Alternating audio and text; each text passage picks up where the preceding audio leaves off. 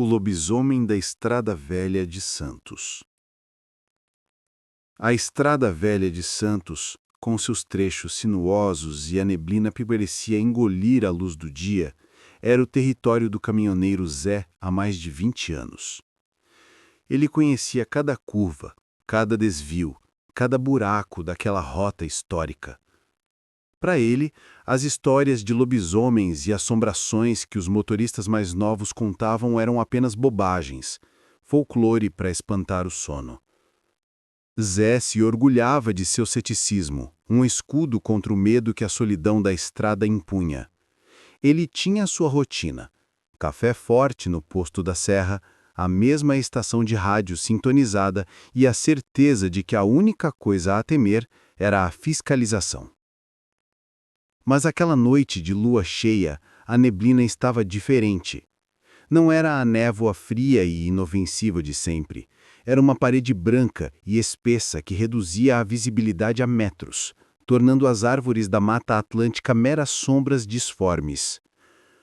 O rádio, que tocava um sertanejo antigo, de repente chiou e se calou, deixando um silêncio opressor na cabine. Foi nesse vácuo sonoro que Zé ouviu um uivo. Não era o som de um cão, nem de um animal selvagem que ele conhecesse. Era um lamento gutural, cheio de dor e uma fúria ancestral que parecia vir de dentro da mata fechada, ecoando nas encostas da serra. O som era tão próximo e tão real que o ceticismo de Zé se desfez como papel molhado. Um calafrio percorreu sua espinha. Ele pisou fundo no acelerador, fazendo o motor diesel urrar, desesperado para deixar aquele trecho para trás. Mas a criatura era incrivelmente rápida. No espelho retrovisor direito, Zé viu um vulto gigantesco, bípede, emergindo da neblina. Era uma silhueta maciça, coberta por uma pelagem escura e grossa, com ombros largos e braços longos que terminavam em garras afiadas. Os olhos do monstro brilhavam com um vermelho intenso, como duas brasas na escuridão. O lobisomem corria ao lado do caminhão, acompanhando a velocidade, e Zé podia ouvir o som da respiração ofegante da criatura, um som rouco e animalesco. O terror atingiu o pico quando o lobisomem saltou, tentando subir na carroceria. Zé ouviu o som de garras raspando no metal, um som agudo e estridente que parecia rasgar a própria noite. Em pânico, com a adrenalina a mil, ele fez uma manobra brusca, jogando o caminhão para a esquerda, forçando a criatura a se chocar contra o barranco de terra e pedra. Houve um baque surdo, um guincho de dor, e o vulto desapareceu na mata. Zé não parou. Dirigiu por mais de 20 quilômetros até chegar num posto de gasolina iluminado. Lá, ele parou o caminhão, o corpo tremendo incontrolavelmente. Ele desceu, as pernas bambas, e foi inspecionar a lateral da carroceria. O que viu confirmou o seu pior pesadelo. Sulcos profundos e ensanguentados rasgavam o metal, como se tivessem sido feitos por uma lâmina de açougueiro. Havia tufos de pelo escuro presos nas rebarbas. Zé limpou o sangue e tentou consertar o estrago, mas o medo o impedia de pensar. Ele não contou a ninguém o que viu, temendo ser ridicularizado ou, pior, caçado. Desde aquela noite, Zé nunca mais dirigiu pela Estrada Velha de Santos em noite de lua cheia. Ele mudou de rota, mas o som daquele uivo gutural e a imagem dos olhos vermelhos do monstro o perseguem em seus pesadelos. Uma lembrança constante de que algumas lendas são mais reais do que a ciência pode explicar. Ele agora sabia que a serra guardava um segredo. E ele era uma das poucas testemunhas vivas do terror da Estrada Velha de Santos. A maldição da fazenda de café em Minas Gerais. A fazenda São Joaquim, encravada nas montanhas do interior de Minas Gerais, era uma propriedade de beleza singular, famosa pelo aroma inconfundível de seu café, mas também infame por uma história de terror que a envolvia como a névoa matinal. Diziam que o antigo proprietário, um barão do café de índole cruel, havia sido amaldiçoado por uma benzedeira após maltratar um de seus escravos até a morte. A maldição o transformava em um lobisomem gigantesco que, nas noites de lua cheia, assombrava a plantação e o terreiro de café, buscando vingança e sangue. A lenda era um sussurro, um aviso, que os moradores mais antigos levavam a sério.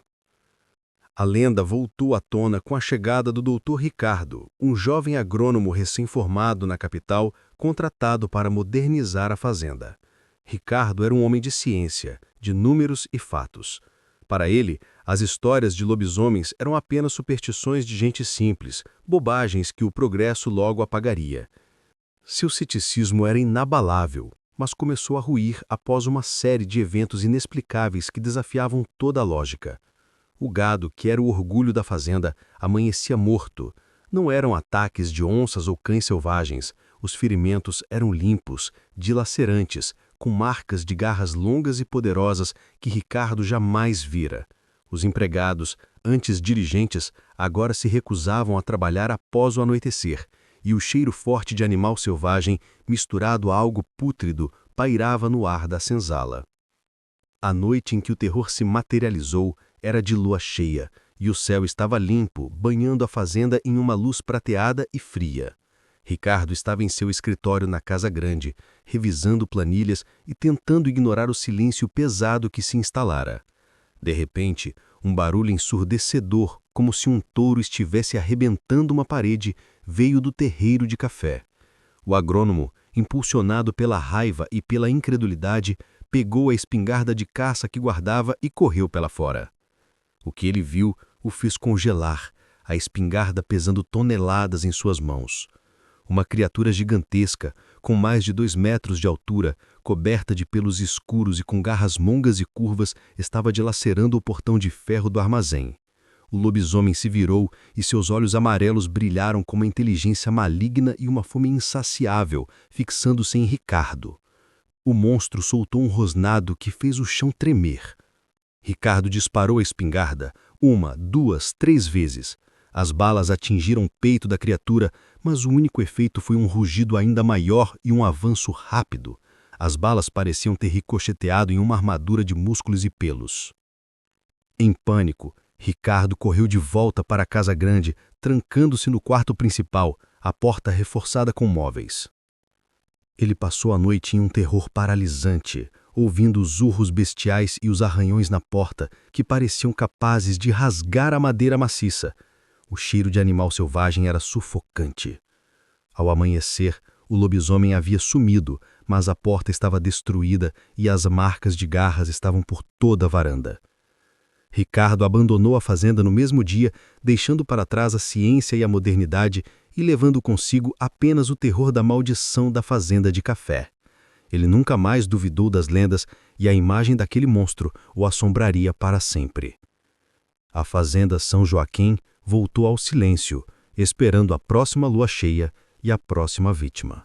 O lobisomem do mercado de Belém. O mercado Viu-Peso, em Belém do Pará, é mais do que um ponto comercial.